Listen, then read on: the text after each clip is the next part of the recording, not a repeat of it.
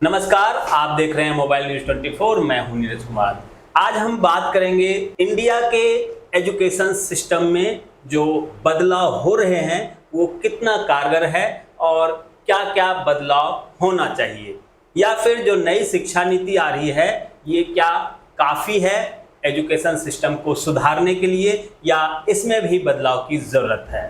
हालांकि नई शिक्षा नीति लागू करने की बात तो कही जा रही है, लेकिन पूरे देश में लागू कराने में सरकार सक्षम भी नहीं समझ में आ रही है, क्योंकि कई सारे जो राज्य विपक्षी दल के शासनकाल के हैं उन्होंने नई शिक्षा नीति को लागू करने से इनकार कर दिया है। इसके अलावा हम बात करेंगे जिस प्रकार से डॉक्टरी के एजुकेशन में, MBBS के पढ़ाई में जो परेशानियां आती है और देश में जो लोग बीमार हैं वो किस प्रकार से अपने इलाज के लिए दर दर भटकते हैं। दूर दराज से लोग दिल्ली के एम्स हॉस्पिटल में आते हैं। दिल्ली के एम्स हॉस्पिटल के बाहर जाकर आप देखिए, सैकड़ों ही नहीं हजारों लोग रात में फुटपाथ पर सोने के लिए मजबूर हैं। ये लोग कोई यहाँ नौकरी करने नहीं आए हैं, बल्कि अपने दूर दराज के राज्यों से, गाँव से इलाज कराने के लिए आए हैं।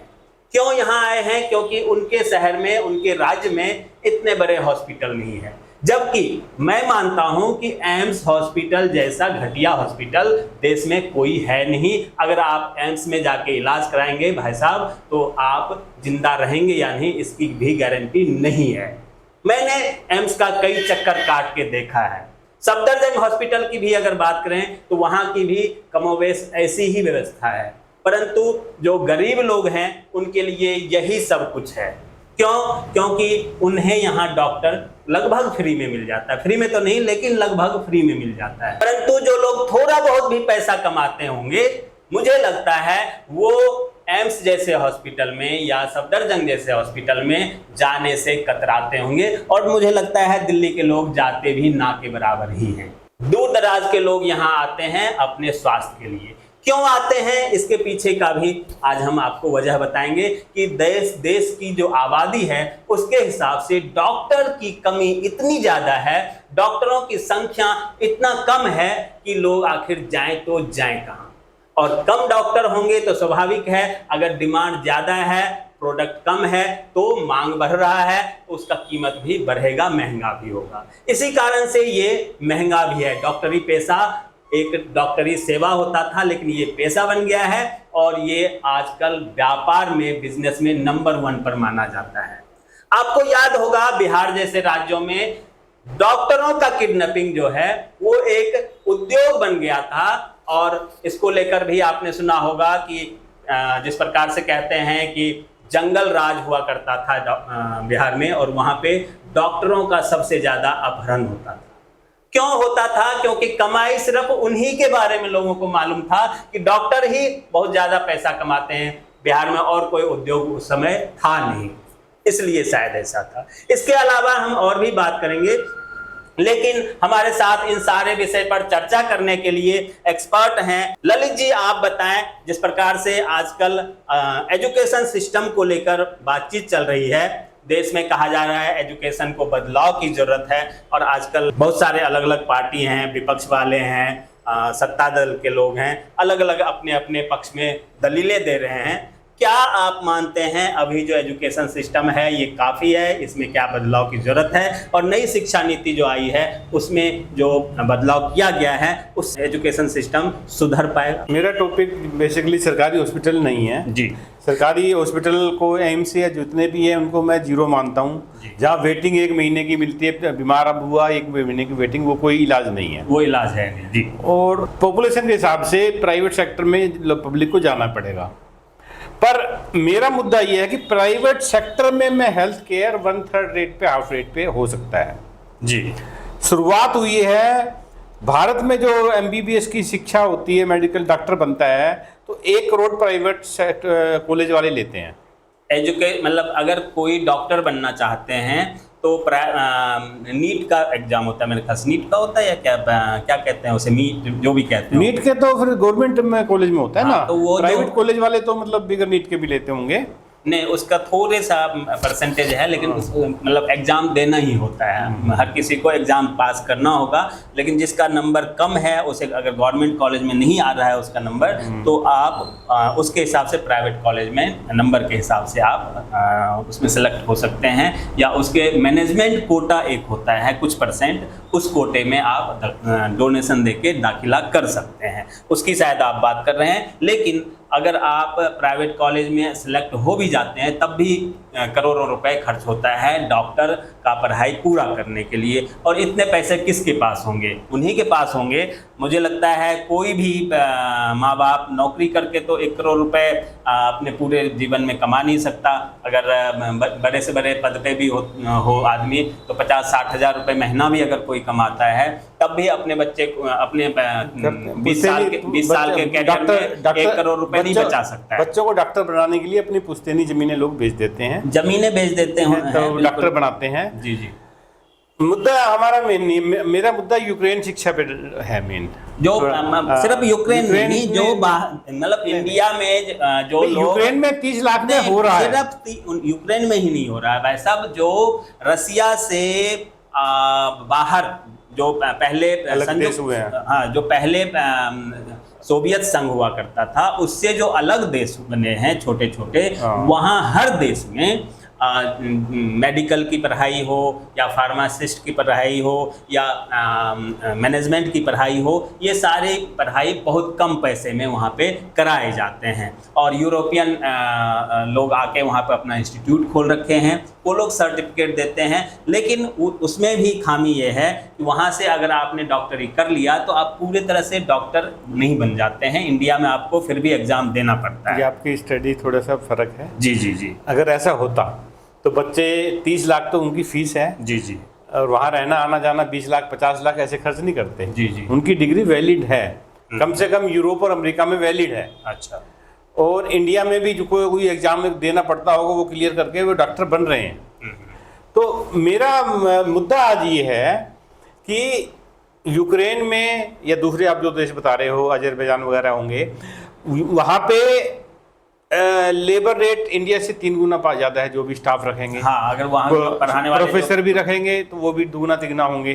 फिर भी वो 30 लाख में डिग्री दे रहे हैं, शिक्षा करा रहे हैं, डॉक्टरी करा रहे हैं। इंडिया में 1 करोड़ क्यों? उसके पीछे मेरा जो कारण मैं समझता हूँ, उसके पीछे कारण है गवर्नमेंट के कानून।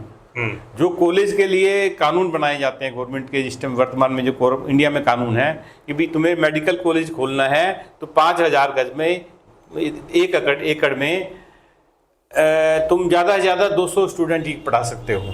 हाँ, इस तरह के क्राइटेरिया है, मतलब ये फिक्स क्राइटेरिया नहीं है, जो भी क्राइटेरिया और भी है, कोई भी इतना ज़्यादा टिपिकल क्राइटेरिया है कि मेडिकल कॉलेज, नया मेडिकल कॉलेज बनाने में आपको इतना ज़्यादा फॉर्मेलिटी निभाना होता है कि आप परेशान हो जाते हैं। आपका इन्वेस्टमेंट इतना ज़्यादा हो जाता है कि लोग सोचता है यार कौन इस झंझट में पड़े। इसलिए जो पहले से उस फील्ड में हैं, पहले से जो मेडिकल कॉलेजेस हैं या हॉस्पिटल हैं, वही लोग पुश्तैनी उसमें आ रहे हैं, नए लोग उसमें नहीं जा पा रहे हैं। तो अगर इस कानून में ढील दिया जाए और ज़्यादा से ज़्यादा लोगों को मेडिकल कॉलेज खोलने की अनुमति दे दी जाए, लाइसेंस दे दी जाए, तो हमारे देश में ज़्यादा से ज़्यादा कॉलेज होंगे, तो स्टूडेंट भी ज़्यादा से ज़्यादा मेडिकल में अपना एडमिशन कराएंगे, और जब वहाँ से निकल के आएंगे तो ज़्यादा से ज़्यादा डॉक्टर हमारे देश के, अपने देश के डॉक्टर होंगे, तो ज़्यादा से ज़्यादा लोगों को इलाज मिलेगा और डॉक्टरों की संख्या ज़्यादा होगी। तो क्या होगा अल्टीमेट कि जो फीस है,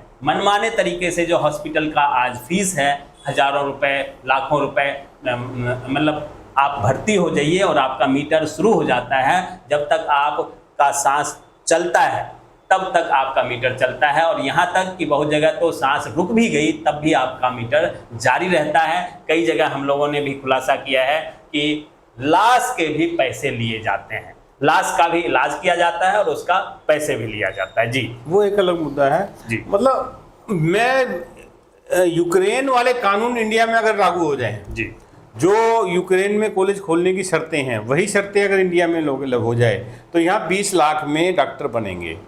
जब इन्वेस्टमेंट कम होगी तो आगे वो खर्चा भी कम लेंगे जी। तो total health care, private sector की बात कर रहा हूँ, तो हेल्थ केयर हाफ कम से कम रेट हो जाएगा। और भारत एक मेडिकल का बहुत बड़ा हब बनेगा, पूरी दुनिया में भारत के डॉक्टर होंगे। अब हजारों करोड़ रुपया भारत का यूक्रेन में जा रहा है, वह बचेगा। बिल्कुल, यहाँ के जो स्टूडेंट पढ़ने के लिए विदेश जाते हैं तो हमारे देश का पैसा विदेश जाता है, और स्वाभाविक है जब देश का पैसा विदेश जाएगा तो जो मुद्रास्फीति है, विदेशी मुद्रा भंडार जो है वो घटेगा और हमारे देश का अर्थव्यवस्था जो है वो कमजोर होगा। अगर हमारे देश का पैसा हमारे देश में ही रहता है, चाहे उसका जो भी लागत आता हो, तो इससे हमारा मुद्रा भंडार भी हमारे देश का बढ़ेगा और ऐसे में अर्थव्यवस्था भारत का मजबूत होगा और डॉक्टरों की संख्या बढ़ने के साथ ही कई सारे फायदे हमारे देश को होने वाला है। जहां तक आप यूक्रेन की बात बार बार कर रहे हैं कि यूक्रेन की जो एजुकेशन सिस्टम है वो हमें यहाँ पे अपनाना चाहिए, ठीक है, वो भी सही है, लेकिन अब तो मेरे ख्याल से जो बच्चे यूक्रेन जाने से कतरा रहे होंगे क्योंकि वहाँ की जो अभी जो स्थिति है उस स्थिति में भारत के लोग जाना चाह रहे हैं। उसके बाद भी गए हैं। अच्छा, अभी फिलहाल भी जा रहे हैं लोग। हाँ। अच्छा, तो आपके पास डाटा है मतलब कुछ फंसे हुए थे, कोर्स पूरा करना था, क्या करते इसलिए गए, कुछ भी कह लो। वो तो ऑनलाइन भी वो उनको कुछ शर्त रख दिया था, मजबूरी में गए थे, लेकिन नए स्टूडेंट मुझे नहीं लग रहा, क्योंकि मेरे भी काफी लोगों से बातचीत होती है, तो अब लोग जर्मनी के साइड जा रहे हैं, दूसरे देश में जा रहे हैं, लेकिन खासतौर पर यूक्रेन में नया एडमिशन मुझे नहीं लगता कि भारत के लोग कर रहे होंगे, लेकिन फिर भी विदेश तो जा रहे हैं। तो विदेश जो जा रहे हैं पढ़ाई के लिए, उनको हम अगर रोकेंगे तो हमारे देश का पैसा हमारे देश में रहेगा और हमारे देश का मैं बेसिकली एक ही लाइन पे जाना चाह रहा हूँ जी। मेडिकल शिक्षा हो या प्राइवेट शिक्षा हुई जी, पेरेंट्स और स्कूल, प्राइवेट स्कूल या प्राइवेट मेडिकल कॉलेज के बीच में से गवर्नमेंट हट जाए। गवर्नमेंट क्यों इंटरफेयर करती है? पेरेंट्स देखें और कॉलेज देखें। लाइसेंस का पावर पेरेंट्स के हाथ में दो ना, लाइसेंस की पावर पेरेंट्स के हाथ में होनी चाहिए। लाइसेंस पेरेंट्स कैसे दे सकता है भाई? ये कौन उसको पता भी 10 कॉलेज में है जो मेरे लिए अच्छा है, मैं उसमें पढ़ाएगा, लेकिन वो तो ये लाइसेंस ही हो गया ना। नहीं, वो चूज हुआ। हाँ। पेरेंट्स चूज करेगा कि मैं किस कॉलेज में अपने बच्चे को पढ़ाऊं, लेकिन उस कॉलेज का जो फॉर्मेलिटी है, लाइसेंस तो गवर्नमेंट से रजिस्टर्ड, वही फॉर्मेलिटी मिनिमाइज करनी है ना।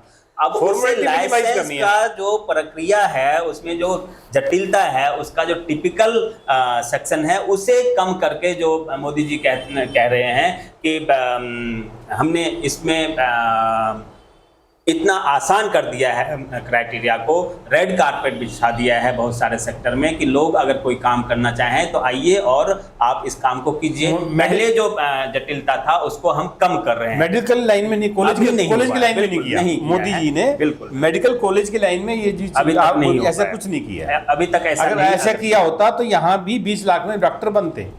जी बिल्कुल। तो कुल मिला के यहाँ पे डॉक्टर बनने का जो प्रक्रिया है वो बहुत जटिल है। नए कॉलेज खोलने की जो व्यवस्था है, जो उसका लाइसेंस जारी करने का जो नियम है वो बहुत जटिल है। इस कारण से नए कॉलेज ज़्यादा नहीं बन पा रहे हैं। फिर भी मैं जहाँ तक एक रिपोर्टर के हैसियत से बात करूंगा तो मेरे पास जो डाटा है कि 2014 तक जितने कॉलेजेस देश में थे उससे 2.5 गुना ज़्यादा कॉलेज पिछले 9 साल में देश में बने हैं। अर्थात ये है कि कुछ ना कुछ तो बदलाव आया है। नहीं आया है ये नहीं कह सकते हैं, लेकिन जिस स्पीड से आना चाहिए उस स्पीड से नहीं आया है। और यही वजह है कि अभी भी हमारे देश के लोग यूक्रेन जैसे देश में अपने बच्चों को डॉक्टरी पढ़ाने के लिए भेजते हैं, जर्मनी जैसे देश में भेजते हैं। यूक्रेन में जबकि युद्ध चल रहा है फिर भी वहां लोग जा रहे हैं। तो कुछ ना कुछ उनकी मजबूरी है। उनकी मजबूरी को अगर हमारे देश के एक्सपर्ट्स हैं, नीति आयोग जहाँ से नियम कानून बनाए जाते हैं, वो लोग अगर समझें, और मुझे लगता है उस पर काम भी हो रहा होगा, अगर वो लोग इसे त्वरित कार्रवाई करें और जितना जल्दी से जल्दी देश में ज़्यादा से ज़्यादा मेडिकल कॉलेज खोले जाएंगे उतना जल्दी से जल्दी हमारे देश में ज़्यादा से ज़्यादा डॉक्टर बनेंगे। एक और चर्चा मुझे पता चला था कि पिछले दिनों आप शायद किसी कॉलेज में गए थे, यहाँ संतोष मेडिकल कॉलेज गाजियाबाद में, और वहाँ आपके साथ बहुत बड़ा हादसा हो गया। पुलिस भी आ गई, आपको रात भर जेल में भी, थाने में भी रखा, हवालात में भी रखा। क्या पूरा मामला था? मैं यही जो बात यहाँ कह रहा हूँ वही मैं जाकर कॉलेज के सामने वीडियो बना रहा था। अच्छा, कि जो यूक्रेन में शिक्षा सस्ती है तो इंडिया में भी हो सकती है। उसके लिए कसूरवार भारत के मेडिकल कॉलेज नहीं है, उसके लिए कसूरवार संतोष मेडिकल कॉलेज नहीं है। जी जी। वो मनीष कश्यप जी को भी तमिल भाइयों ने जेल में डाला था और मुझे भी तमिल भाइयों ने ही जेल में डाला। अच्छा, वो साउथ इंडियन लोग ज्यादा तमिल साउथ इंडियन भाई थे। संतोष मेडिकल कॉलेज में ज्यादातर स्टाफ जो है वो साउथ इंडियन थे और लैंग्वेज प्रॉब्लम भी रहा होगा। वो समझ नहीं पाए होंगे, उन्होंने कुछ सोचा होगा कि पता नहीं क्या ब्लैकमेलिंग करने आ गए, वीडियो क्यों बना रहे हैं, और वहीं से बात शुरू हुई। फिर पुलिस बुला लिया गया और आपको पूरी रात जले रहा। पूरे रात ये कौन सा थाना था जहाँ पे आप? विजयनगर चौकी थी, विजयनगर चौक। हाँ, उसमें मुझे रखा 3 घंटे तो मेडिकल कॉलेज वालों ने अपने अंडर रखा। उसके बाद जो है पूरी रात में वहाँ रहा विजयनगर चौकी में पूरे रात। भाई साहब हमारे मतलब हवालात काट के आए हैं, बड़े मुश्किल से इनके परिवार वालों ने भी निकाला। हालांकि ये एक मर्द आदमी है और क्रांतिकारी आदमी है, आप ये कह सकते हैं कि ये इन्होंने कहा भाई मैं तो घर वाले को पता नहीं किसने बता दिया, और ये तो चाहते थे कि चलो जेल भेजना है भेजो, 2-4-10 दिन अगर रहेंगे तो रहेंगे, जमानत कराने वाले नहीं, लेकिन घर वाले घबरा गए और उन्होंने इनको छुड़ा लिया। तो ये घूमते रहते हैं और जगह जगह बहुत सारे वीडियो आपने इनका देखा भी होगा कि जगह जगह घूमते हैं, कई झील के बारे में कभी बात करते हैं। हमने भी इनका 10-15 वीडियो बनाया है कि भाई जिस प्रकार से मालदीव में लोग टूरिस्ट के लिए जाते हैं, इंडिया में इतनी सारी जगह होने के बावजूद लोग अपना पैसा क्यों वहाँ खर्च करते हैं। तो अर्थव्यवस्था कैसे इंडिया का मजबूत हो सकता है, इस पर ये चर्चा करते रहते हैं और वीडियो भी बनाते रहते हैं। लेकिन असमंजस के कारण या मिस कम्युनिकेशन के कारण, क्योंकि वहाँ पे लैंग्वेज प्रॉब्लम भी बता रहे हैं कि ज़्यादातर स्टाफ जो है वो साउथ इंडियन थे, इस कारण भी हो सकता है लोगों ने सोचा कि शायद पता नहीं ये लोग ब्लैकमेल करने तो नहीं आ गए, और यही सोच के इन्हें पुलिस के हवाले कर दिया। और पुलिस के पास जाने के बाद तो पुलिस भी खाने पीने में लग जाता है, आपको पता ही है, तो वो भी हुआ होगा। कुल मिला के ये लास्ट में आप एक बार फिर से अपने बात को कि इंडिया को, गवर्नमेंट को क्या करना चाहिए ताकि यहाँ पे डॉक्टर आसानी से बन पाए और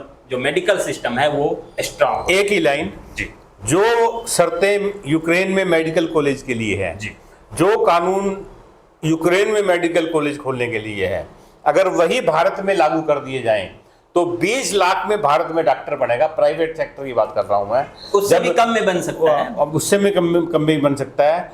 और मुझे तो लगता है यूक्रेन वाले भी जो है 30 लाख तो फीस है, तो आने जाने का 20 लाख उनका वो खर्चा होता है, वो भी बचेगा। पैसे वाले लोगों के बच्चे 20 लाख में बनेंगे, जो पढ़ने वाले बच्चे हैं, जो बच्चे पढ़ने वाले हैं, वो तो मुझे लगता है कि जो सरकारी कॉलेज में पढ़ने वाले बच्चे 4-5 लाख वो तो जो होता ही है, लेकिन जो अपना प्राइवेट डोनेशन दे के एडमिशन करवाते हैं वो लोग भी ज्यादा से ज्यादा 15 से 20 लाख रुपए में डॉक्टर बन सकते हैं। तो मिडिल क्लास के लोग भी डॉक्टर बनेंगे ना, फिर अब से सिर्फ हायर अमीर ही डॉक्टर बन पा रहे हैं और फिर मिडिल लोग भी डॉक्टर बनेंगे। तो बिल्कुल। तो कुल मिला के ये कि नीति आयोग को एजुकेशन सिस्टम को सुधारने के लिए जो भी तंत्र हमारा काम कर रहा है, उनको ऐसा कुछ करना चाहिए कि मेडिकल कॉलेज खोलने का जो रूल रेगुलेशन है उसमें थोड़ा सा जो है जटिलता को कम किया जाए, आसान बनाया जाए, तभी ज़्यादा से ज़्यादा कॉलेजों को लाइसेंस मिले और ज़्यादा से ज़्यादा स्टूडेंट कॉलेज में पढ़ सकें, और ज़्यादा से ज़्यादा डॉक्टर अगर निकल के आएंगे तो हमारे ज़्यादा से ज़्यादा लोग खुशहाल रहेंगे, स्वस्थ रहेंगे। बने रहिए मोबाइल न्यूज़ 24 के साथ। आप तमाम दर्शकों का बहुत बहुत धन्यवाद। ललित जी आपका भी बहुत बहुत धन्यवाद।